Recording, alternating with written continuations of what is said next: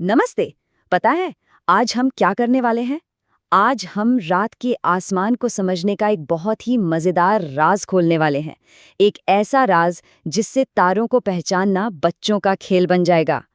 कभी सोचा है जब हम रात में ऊपर आसमान की तरफ देखते हैं, इतने सारे तारे, हजारों लाखों टिमटिमाते हुए तारे, और मन में आता है, वाह, ये कितने सुंदर हैं, पर इन सबको पहचाना कैसे जाए? इनके नाम भला कैसे याद रखें? थोड़ा मुश्किल लगता है ना? लेकिन जरा सोचिए, अगर इसके लिए कोई जादुई ट्रिक हो, एक सीक्रेट जो दिमाग को एक सुपर पावर दे दे, एक ऐसी पावर जिससे तारे खुद ब खुद याद हो जाएं। तो आज हम उसी सुपर पावर की बात करने वाले हैं।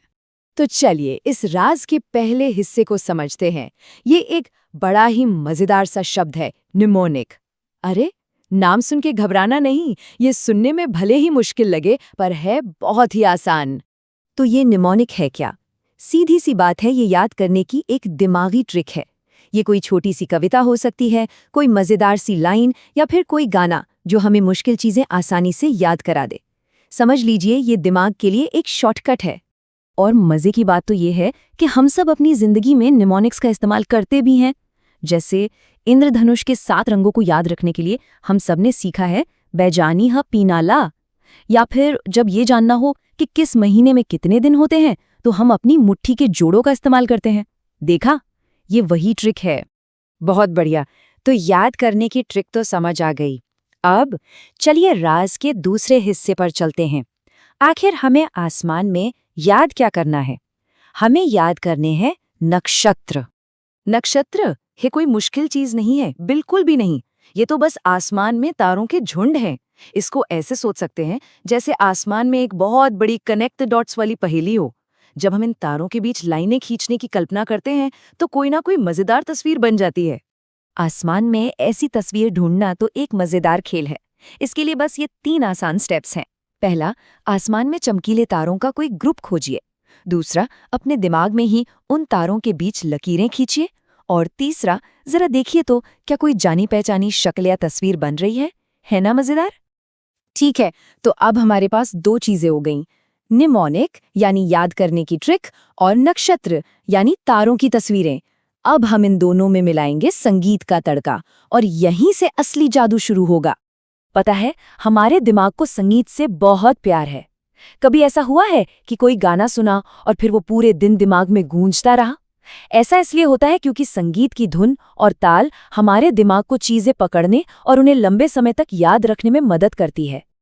अब जरा सोच कर देखिए, किसी बोरिंग सी लिस्ट को रटना कितना मुश्किल काम है। लेकिन अगर उसी लिस्ट को एक मजेदार गाने की धुन पर सेट कर दिया जाए तो उसे गाना कितना आसान और मजेदार हो जाता है। बस यही तो जादू है, संगीत सीखने को एक मजेदार खेल बना देता है। और ये सिर्फ कहने की बात नहीं है, ये सच में काम करता है। जैसा कि हमारे सोर्स बताते हैं, नक्षत्र गीत एक संगीत वाली निमोनिक तरकीब का ही इस्तेमाल करता है। इसका मकसद ही यही है कि मुश्किल और लंबी जानकारी को गाने के जरिए आसानी से याद किया जा सके। और ये कमाल की तरकीब सिर्फ तारों के लिए नहीं है। लोग इसका इस्तेमाल मैथ्स में पाई की लंबी सी वैल्यू याद करने या साइंस में पीरियोडिक टेबल के सारे एलिमेंट्स याद करने के लिए भी करते हैं। और हाँ, हमारे तारों और नक्षत्रों को याद करने के लिए तो ये एकदम परफेक्ट है। तो लीजिए, राज अब खुल चुका है।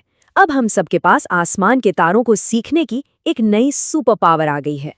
तो सबसे जरूरी बात ये है, एक संगीतमयी निमोनिक का मतलब है बस एक ऐसा गाना जो कुछ भी याद रखने में मदद करे। कितना आसान है?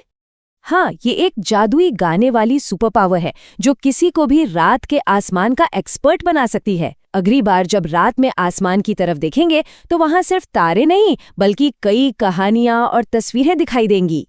तो अब जब ये राज हम सबको पता चल ही गया है, सवाल ये है कि बाहर जाकर आसमान में सबसे पहले कौन सा नक्षत्र या तारों की कौन सी तस्वीर ढूंढी जाएगी? चलिए देखते हैं। पूरा आसमान इंतजार कर रहा है।